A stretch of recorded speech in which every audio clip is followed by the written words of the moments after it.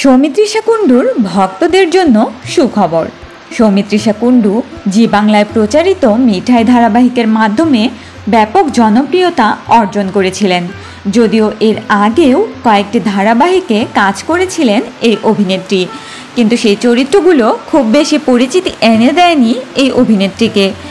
আদ্রিত রায়ের বিপরীতে মিঠাই ধারাবাহিকের মধ্য দিয়ে এপার বাংলা ওপার বাংলা সহ সমগ্র বাংলাতেই ব্যাপক সমাদর পেয়েছিলেন এই অভিনেত্রী। তারই ধারাবাহিকতায় এই অভিনেত্রী কাজ করেছেন বড় পর্দায়ও। বড় পর্দায় প্রথম পদার্পণেই সঙ্গী হিসেবে পেয়েছিলেন টলিউডের সুপারস্টার খ্যাত অভিনেতা দেবকে। দেবের বিপরীতে সৌমিত্রিষা কুণ্ডুর প্রথম সিনেমার নাম ছিল প্রধান। সেই প্রধান সিনেমায় নবাগতা নায়িকা হিসেবে অর্জন করেছেন টেলি সিনে অ্যাওয়ার্ড।